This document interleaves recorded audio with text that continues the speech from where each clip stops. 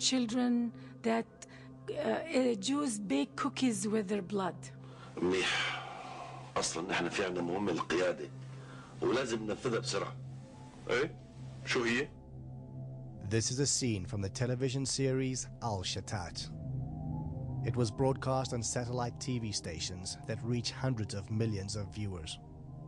اسمع، بدنا دم طفل مسيحي قبل الفصح مشان الفطير.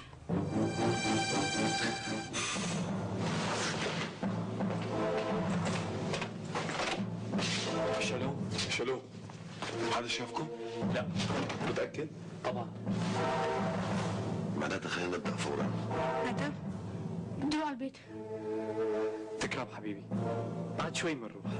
Throughout the Middle Ages, there was this libel that the Jews needed blood of a Christian child to make matzah. Now, of course, today the world knows this is totally libelous accusation, no connection to truth at all. Yet the Al-Shatat film was able to include a video depiction of this ancient blood libel as if this is real Jewish ideology.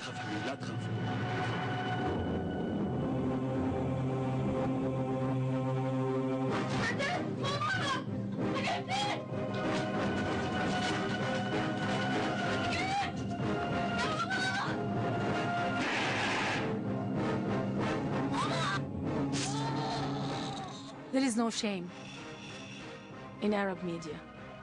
In the degree they are ready to cover hate speech and lies, outright lies against the Western Israel. التي تصنع الفطير من دم الأطفال الأبرياء. The ironic thing about this whole thing is that if you look at reality, you can see what we accused the Jews of doing. We carried it out literally. فالقتل في سبيل الله أشهى أمانيهم والإفخار في جنودك وحلفائك من أسعد لحظاتهم وحز رؤوس الكفرة المجرمين تطبيق لأمر ربنا.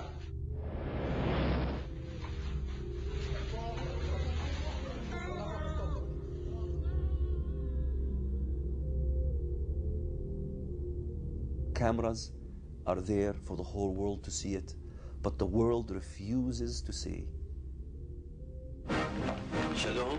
Shalom. فصح مجيد. صح مجيد. When I see films like Shatat or broadcast during Ramadan, I see a recurring theme. I don't see anything new, in fact.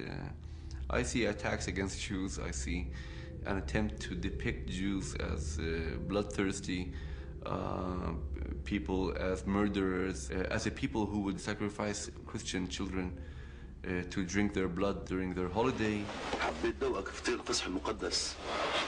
شكرا.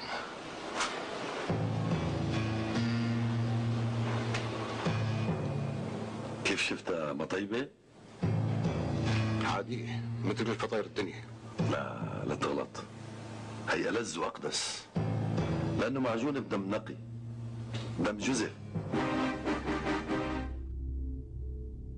What is significant is not just the film, but the time in which it was shown. Ramadan is a time when people will look at the TV because it is a month in which Muslims traditionally think there's a lot of blessing and there's a lot of religious education going around. So when you choose that month to show a particular film that is anti-Semitic, you are grabbing an almost captive audience. And it just shows you how dangerous propaganda could be. How could you possibly believe this in the 21st century? How could you possibly believe this? And yet, they believe it because of the incessant propaganda. If you would have asked me when I was 6 years old, who are the worst people on the face of this earth, my answer would have been they're Jews. They ought to be killed. إسرائيل هي عدونا. هذا كيان غاصب غير قانوني غير شرعي ولا مستقبل له في أرضنا ومصيره يعبر عنه دمنا والشعار الموت لإسرائيل.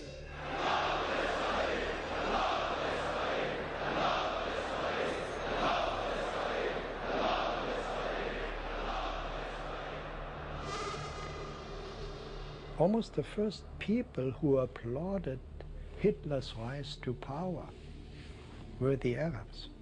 The Nazis and the Islamists share a common conspiracy theory. The Jews control America, for example.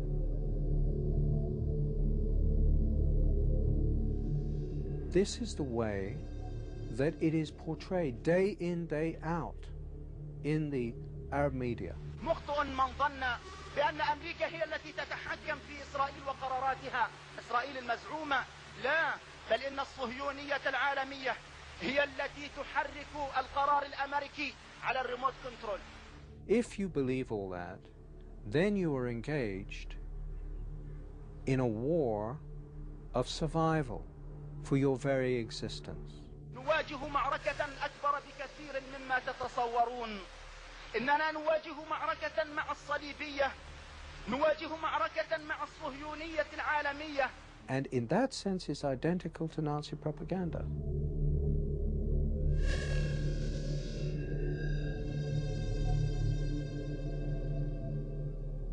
This is a war of propaganda in which the same techniques of subversion that we saw earlier in the challenge posed by fascism and Nazism are repeating themselves. The propaganda of Islam is very similar to the propaganda of Nazism. It's the same hate speech, paranoia, and us against them.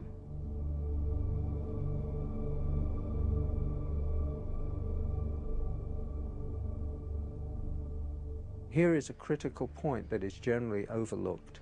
The anti-Semitism of the Nazis had a great appeal already in the mid-1930s to many Arab nationalists and Islamic fundamentalists. From the mid-30s, from 1936 on, Hitler and his propaganda sections made a great effort to win over the Arab peoples of the Middle East.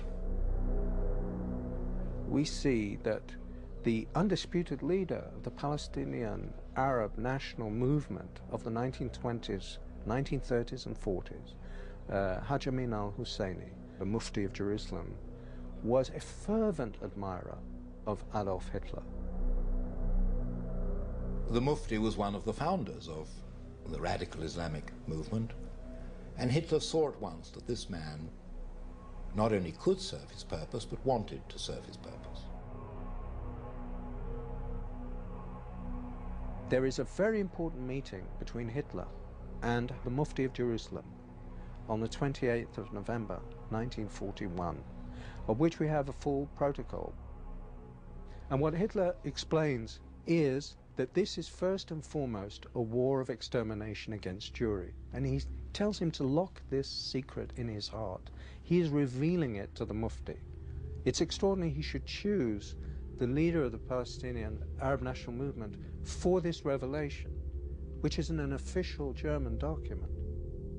It seemed strange to us that a Mufti who was not a pure Aryan was being received by Hitler.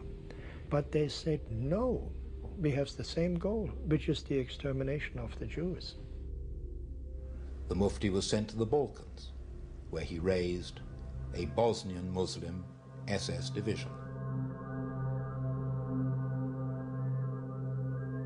He had several SS divisions, the Handschar division, for example, where they had nominally Croatian officers, but the rank and file of the unit were entirely Muslim, Arab Muslims, and they were bringing them in from all over the world. I was utterly astonished that the Grand Mufti of Jerusalem had raised a Panzer division of Bosnian Muslims to fight along the Waffen-SS.